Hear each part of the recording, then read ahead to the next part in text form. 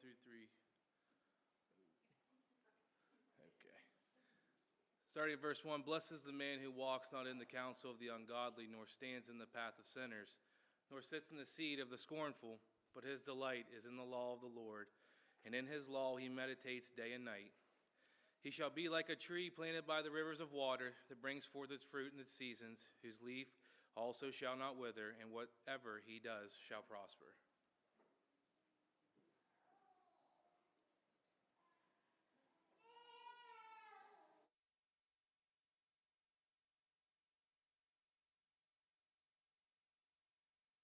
I told Sue I had to go back and see the last time I preached. It's been a while here. I think it was my dad's funeral sermon. If you count that as a sermon, it was probably the last time. And I'm getting my sign from my wife there. I need to turn the speaker on. But good to be back with you. I forgot to tell Jeff, I actually have surgery tomorrow as well. I have a hernia. I had inguinal hernia last year, and one doctor said you should take care of both of them. And I thought, well, it'll last at least another 5 years. It didn't even last a year. So I've been wearing a belt for almost 6 months. And I'll tell you one funny story. This time my wife went to a conference. And I don't know much about conference. You do a lot of walking. It's like, I hate to wear that belt because it kind of, I keep it hidden, but it kind of sticks out in not a very good spot. And I'm walking, I'm talking to a colleague of mine, and he keeps staring at me. I said, he sees my belt. He has no idea what's going on. So I tried to make it through the next day without it, but I couldn't do it. But anyhow, I have procedures. Just I don't stay overnight or anything. It's go in the morning, but I do have surgery in the morning, so I appreciate the prayers regarding that. And I talked too long, and my computer went to sleep on me. You know, this lesson, you think since I haven't been preaching for a while, I've got a bunch built up, which I do. I changed it on Friday, changed my mind on Friday because I was on a call and a lady talked about this tree they had cut and split it and had all these, and she had a picture of it, and it was amazing. This tree looked like a mix of walnut and oak and pine, and they were speculating on what caused that. Now I thought, well, this is a great lesson. This would make a great lesson. But I said, oh, you know what, I'm just going to do it for today. It's fresh on my mind, and so today's lesson is about, actually, I'll call it great trees, but we're going to start with a little discussion around the rings on a tree. They're time capsules, and I don't know how familiar you are with that, but you can find some of these older trees, they go back, in this case, to the 14th, 15th century. And scientists know that during the 16th century, there was a mega drought, they call it. Jeff talked about the need for water. This drought lasted for many, many years. And they can tell by the rings, you can see that a 16th century mega drought they talk about. And of course, as I'm going through that, you know, you look at the trees around us and what these trees have seen over the years. And I don't know if you ever think about that, but stuff like that goes through my mind sometimes. When this tree was young, what was going on here and what was going on around it. And it's like preserves time for us. And if only they could talk. What they've seen, and I've always been amazed by large, massive trees. Why do they get so big and the other ones grow 10 years and they get sick and they dry? But every once in a while, you'll get a tree and it's just massive. And it's been here for a long, long time. You know, we built our house out on Stone Ridge, and where that house is located and how it's positioned was because of 3 specific trees that were on that lot. 2 of those 3 got struck by lightning or are gone, which I was heartbroken about. There's still one big oak there, but it certainly, always been fascinated by trees. And that actually, there's a lot said in the Bible about trees. And so I want to talk to you about some of these giant trees that are among us. But you'll see I'm playing on words a little bit, and this will be obvious to you as I go through the lesson. They're most beautiful when they're fully mature. When you see trees, and the most beautiful trees you'll see are not when they're young and little, but when they're big. And they have these massive branches and massive leaves, and they provide the greatest benefit to us when they are large and massive. People will not cut a tree down if it's big unless it's like so big it's in the way, or it's dying. They're afraid it's going to fall over. They are the most valuable. You can get, if you know anything about logging, you can get over almost $3,000 in wood out of one big oak tree. And it can cause you, have you ever walked up or been traveling and just looked and there's a tree and just caught your eye and you stood there and looked up into the tree? That's what's happening in this picture. That's actually my dad, if you didn't notice. It's not a great picture. I screen captured it out of a video. I love watching this video, but my boys are there. Josh is behind Dad. You can't see him. That's Caleb there, about waist high. And we're at Desert Woods, which I'll encourage you, if you've never been to Desert Woods, it's not even 7 minutes from here, over on the other side of Belmont, and you'll see some of the biggest trees you've ever seen in your life in that woods. Well, that was the day we spent several hours walking through and Dad talking about. One time he remembers there was an oak tree that had fallen, and it was the largest tree, oak tree this side of the Mississippi, was in that woods. But we all have seen old trees, and you'll see what I want to talk about are giant trees among us. And now I will tell you, there's mighty oaks around among us even here today. Not physical, not in the big sense. Jake isn't here today. I was going to pick on Jake a little bit. So we're not talking about a big guy, but we're talking spiritual giants. Folks who have withstood the test of time. There are a lot of big trees, and a lot in Florida right now that hurricane came in and wiped them out. They're not there anymore. Then there are trees that have just, the storms have beat on them. There's been droughts like you saw in the rings of that tree, and yet they still stand. They've been tested. Storms of life have beat against these trees. They've experienced a lot. And you know what? Some of them are gone. Some of these big trees, they're gone, and some are still with us. I was going to put a bunch of pictures of maybe some of the old members that have been here over the years, but obviously this is two big trees in my life. But these are people we're talking about that have been tested. They've been here a long time, and I look out in the crowd and I see a lot of these people. And you can't help but look with respect and honor. And, you know, sometimes when you get older, you can't get around as good. But these are folks that have been tested. And really what I want us to get from this is how important it is and how we need to learn from these folks. And, you know, I was thinking, I would invite teachers, if you've never done this, to invite some of the older members in your class. Stop crying, you're going to get me emotional. Because they can bring valuable life insights into your class. I thought about, you know, you're teaching a class on, it could be, you name something. Invite some of the older people in and let them share. There was a lesson that I did I've done this over the years about some of the experiences that our older people experienced and what they had seen during the Depression, during the wars, you know, talking to my dad about what it was like when he was a child. And there's a lot of encouragement from that we can gain from these older Christians.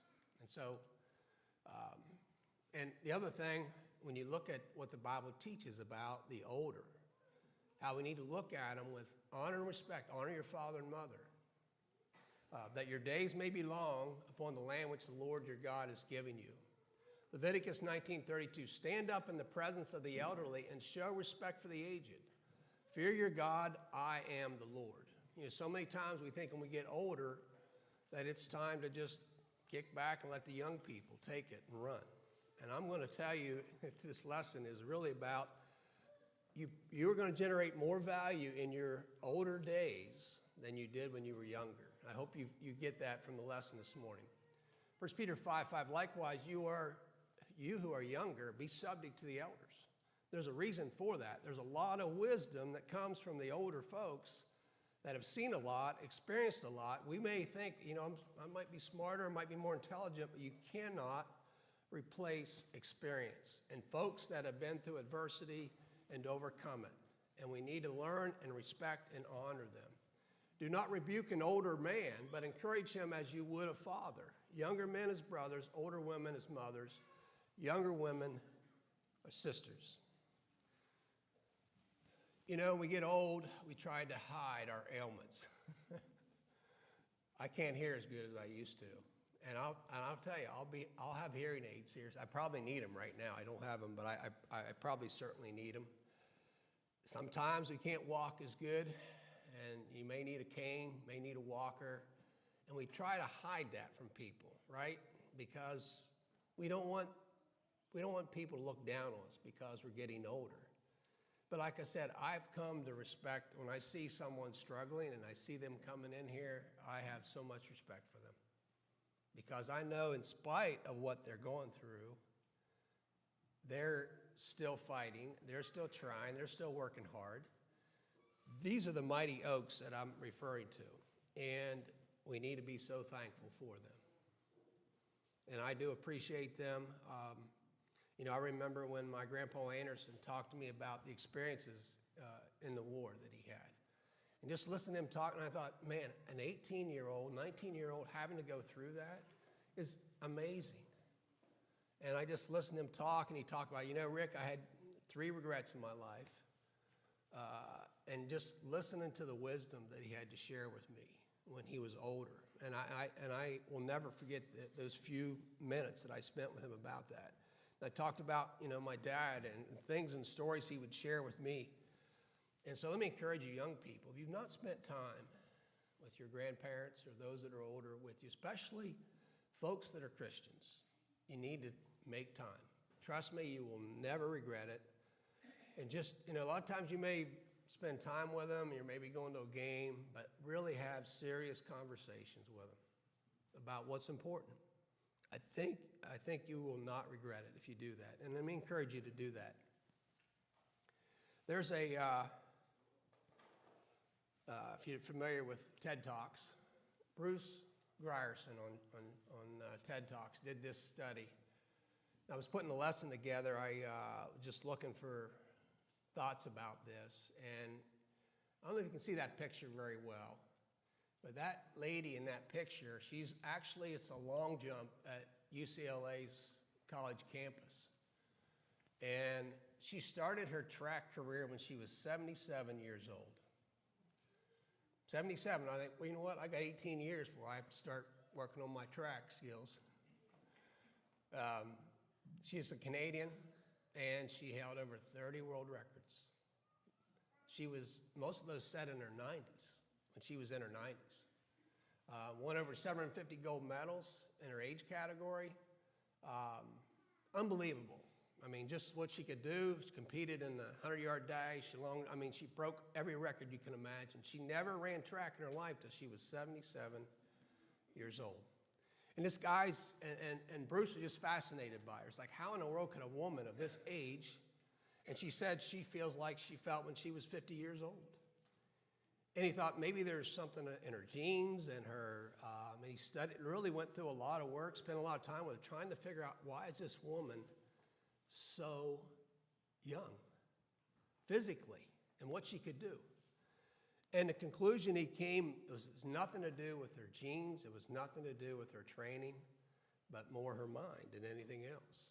In fact, he did some work when he studied that folks that have a strong faith, these are his exact words, strong faith, belief, and a purpose extended their life by 7.5 years. I don't know the basis behind that data, but I'm just telling you, when he studied her and tried to figure out what it was that was driving her and made her so young at heart, it was really her mind, her mindset. And so, anyhow, I think there's a lesson for us as well. And really, this is about even the older in our audience. Keep working, keep trying. You may think, you know, I can't do what I used to do, and I can't get up and lead singing anymore, and I can't. There is so much you can do, and value you bring. And so that was one of the important things I wanted to drive home. And so the question is, do Christians retire? Is there a time when we're, you know what? I did all this work. I taught classes for 40 years, and it's time for me to step back, sit back, and retire. I've worked long and hard enough. Revelations 2:10, the end of that verse is, "Be thou faithful unto death." And I'll tell you, I firmly believe that we need to keep working. There's never time for retirement. It's so sad when we stop, and I believe this in my heart, that the most productive we can be as Christians is when we're older in life. We know more, we have more wisdom, we have more to share. Don't hold it in. And it's sad when we see folks stop serving, teaching, sharing with others because you have the most to give. And let me encourage you to do that. And again, there is a time when the body, I understand the body just doesn't do what it used to do. It's harder to get up. And there's things you can't do. And I'm not saying there aren't physical limitations as to what we can do. But the Bible, you'll see verses, clearly pushes and sees the older, the value you can bring.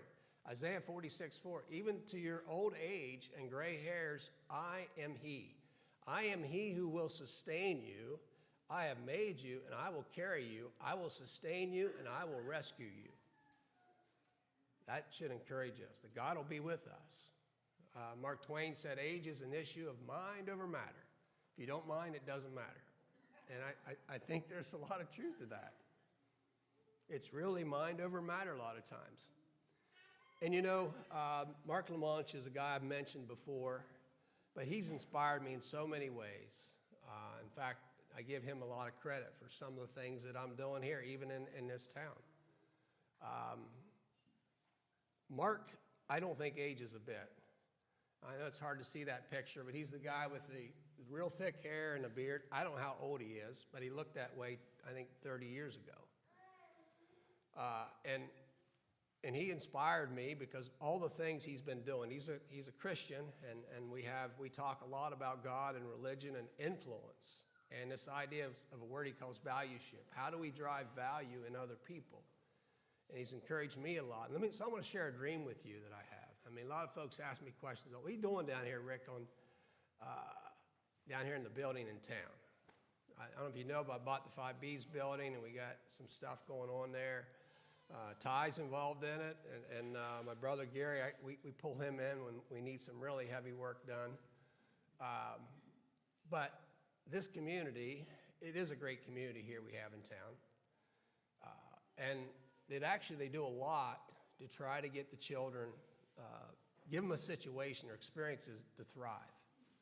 But I can tell you, when I was young, there was a lot that I was never exposed to. I mean, what I'm doing today, when you go back 40 years ago and ask me, Rick, what are you going to be doing? It wouldn't even have been in the top 30 things that I thought I would be doing because I just wasn't involved in any of this stuff. I love science. I was great at science and math. I love the arts. I had no idea what I would do with that. And so I go back and I see myself in these young people today. They have no idea what's out there. But at the same time, there's a lot of things I can share with them, get them interested in terms of, I'm a big, I'll call it STEAM fan. Science, technology, engineering, math, and then there's the arts, is the A in the word STEAM, by the way. And that picture, by the way, is a picture of a young person that Mark has brought into his company and had them helping him work on some stuff. So when I talk about Mark, that's what I'm talking about. They've done so much work up around Youngstown, and I think, why can't we do this in Barnesville? And of course, the real true heart of it, and what gets me motivated is the last paragraph. Use it as a vehicle to talk to young people and adults in Barnesville, and the idea of importance of having faith in God, His Word, and the story of Jesus. That's ultimately the goal behind it. Is can you expose folks to these things, and in the end, create value for God? So that for me is what's driving me. That's a dream I have. It's not about creating some great tech company and making a lot of money. It's really not what's driving me in this project, by the way. But Mark and I joke about, I'm almost 60 years old. It's like, what's Sue say to you, Rick? because his wife's constantly telling, you're going to retire. Why are you doing all this work? And for me, it's not about retirement. It really isn't. It's about, in these later years, can I really, with God's given us, and let me challenge you to think about yourself and where you are in life. So easy to kick back and say, I'm just going to take it easy now. But is God putting you in position to give back? And what else can you do to make, create value for God? And not just take what God's given you and say, you know what? I'm just going to take it. I earned it. I'm just going to kick back and relax. I'm going to retire and just live the good life. I don't think that's what we're called to do as Christians. In Psalm 71:9, do not cast me away when I am old. Do not forsake me when my strength is gone. Psalms 92:14, they will still bear fruit in old age. They will stay fresh and green. Psalm 71:18, even when I am old and gray, do not forsake me, my God, till I declare your power to the next generation, your mighty acts to all who are to come. In 2 Corinthians 4:16, therefore we do not lose heart. Though outwardly we are wasting away, yet inwardly we are being renewed every day or day by day.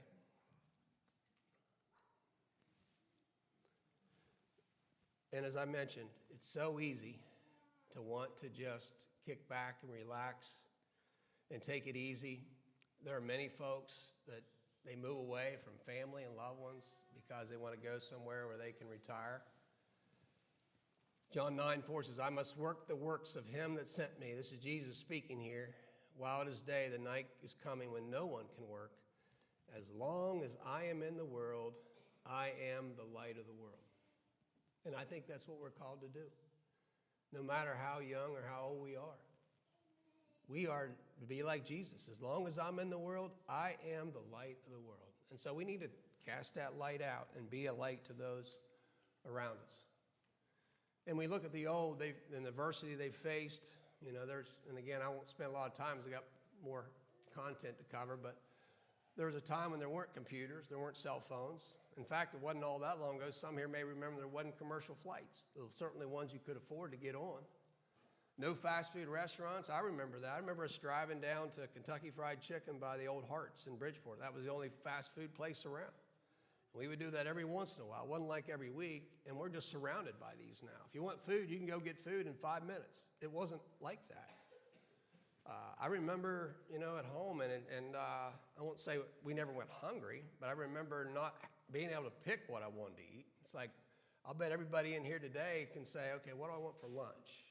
And you got choices, you got options. It wasn't that way. I remember Dad talking to me about eating groundhog. Not because he wanted to, but that was what was available. There's folks in here who have been through that, experienced that. Unemployment, paying bills, loss of jobs. But these rocks among us hope has kept them alive and grounded in the truth.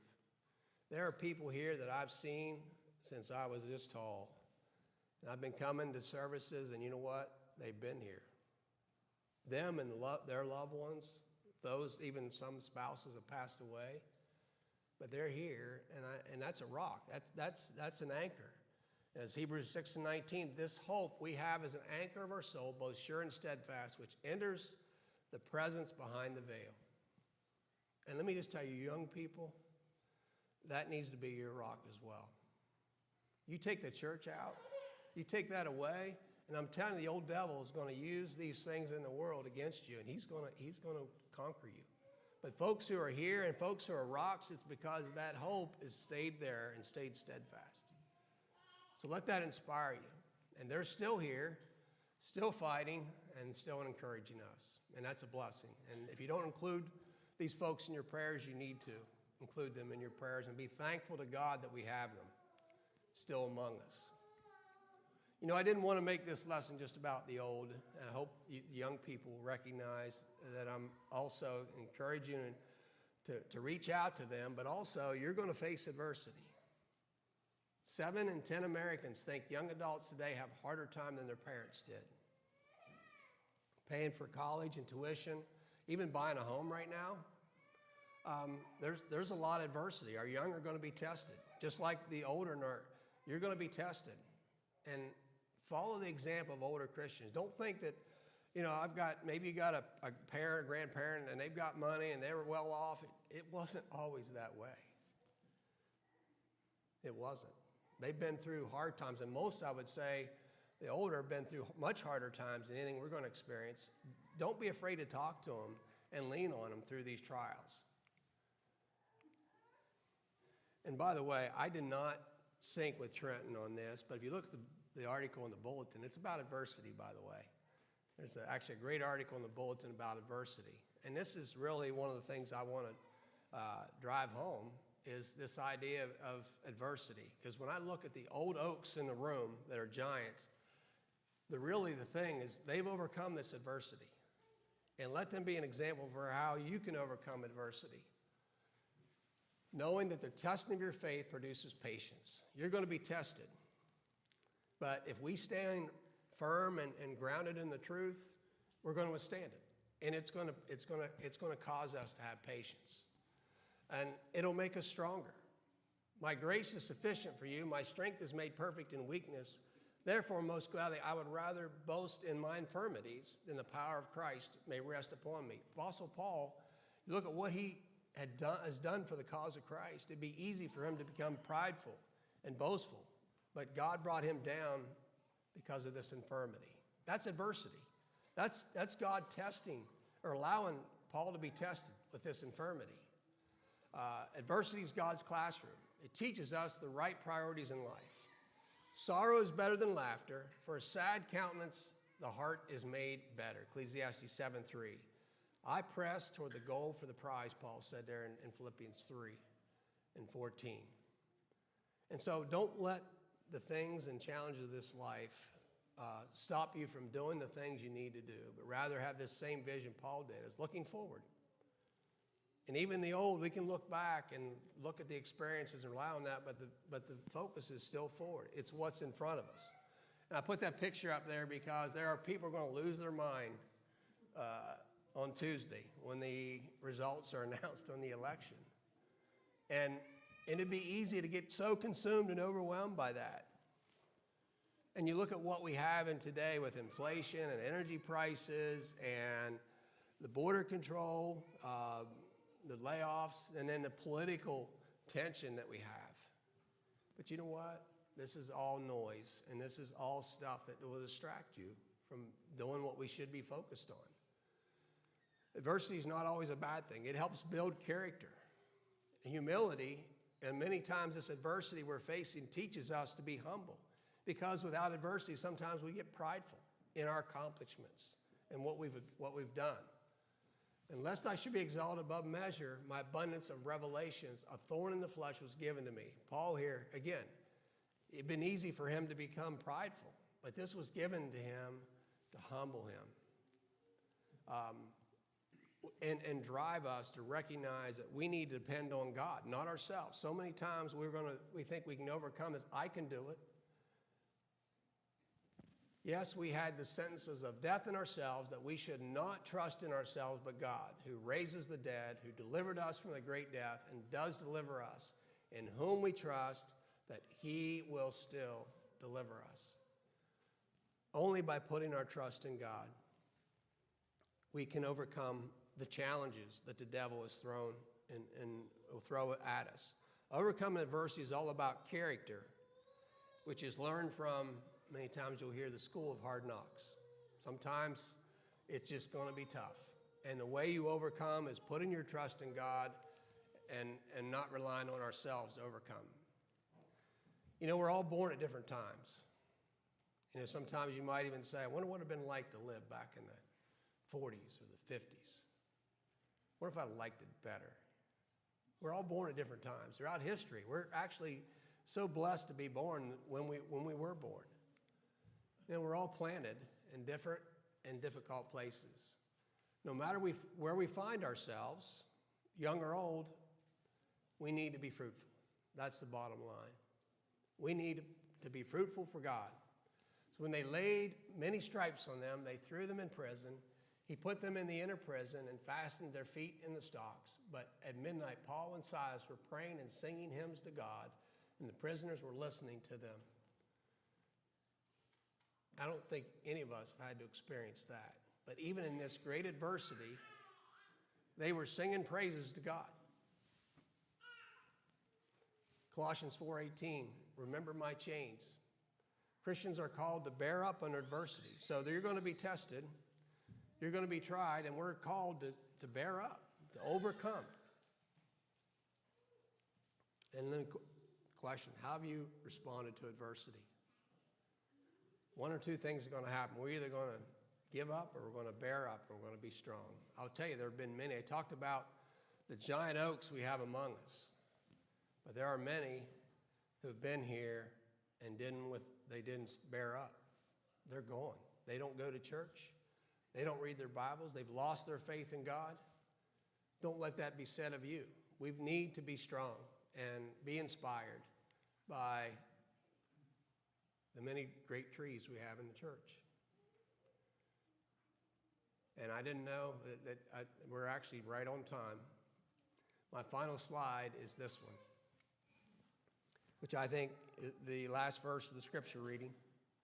It says, he will be like a tree firmly planted by the streams of water, which yields its fruit in its season, and its leaf does not wither. And whatever he does, he prospers. And I believe that to be true. If you put your heart to serving God, I talked about all the things, my dream. I may not, and Sue and I were talking this morning a little bit about this. I have no idea if I'm going to live another year, another 10 years, 20. But you know what? If something happens to me, someone else will rise up. If it's God's will that happens, someone else will rise up, someone else will grab the baton. I don't know if you ever watched a track event, and it's a team effort, but if that runner stops running and slows down before he hands that baton off, guess what? A lot of times the baton gets dropped. And so I think we're called to keep running hard and influence those around us until we can't run anymore. And then we can hand it off to the next person, the next generation.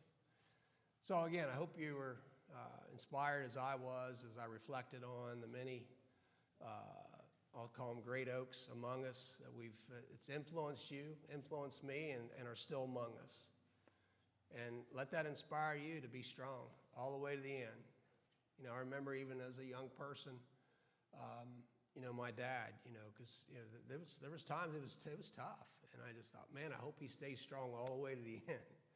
And that's a blessing. I mean, it truly is that he stayed faithful to God.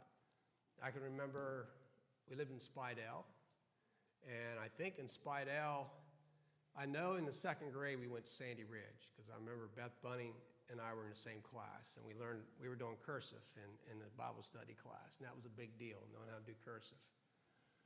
Then we moved to Barnesville here in town. Just for a period of time, we were transitioning between houses. And then from there, we went down to Waterworks Road. If you've ever been down there, we lived down there a long time. And then we moved all the way to Belmont Ridge over in Bellsville. But you know what? The one consistent thing I had was we were always here at church. The West Main, the old building. In fact, I've got a lesson of my dad. He preached in the old building. And I treasure that. I just stood there and I recorded it. I don't know what inspired me to do that, but I have that. But that's been a rock for me. When I say it's not that building, it's the people here. People in this audience are rocks for us. That's why when you're here and you keep coming, you encourage others around you. So if you're in an audience and never become a Christian, let me tell you, it's the greatest decision you'll ever make, and it will change your life forever. No matter what you have to face, you'll be strong because you have this as a rock. That hope of God and serving Him and the people around us that also share that dream and share that, you'll be part of that. You'll be part of the family. And I hope you believe in Jesus and repent of your sins and say, you know what, I'm going to commit my life to Him. I believe Jesus Christ, the Son of God, and be baptized. And maybe you haven't been what you should be. Recommit your life to Him. Be strong. And if you're And again, thank you for coming out today. I encourage you, if you're subject to the Lord's invitation, please come. Let together stand while we sing.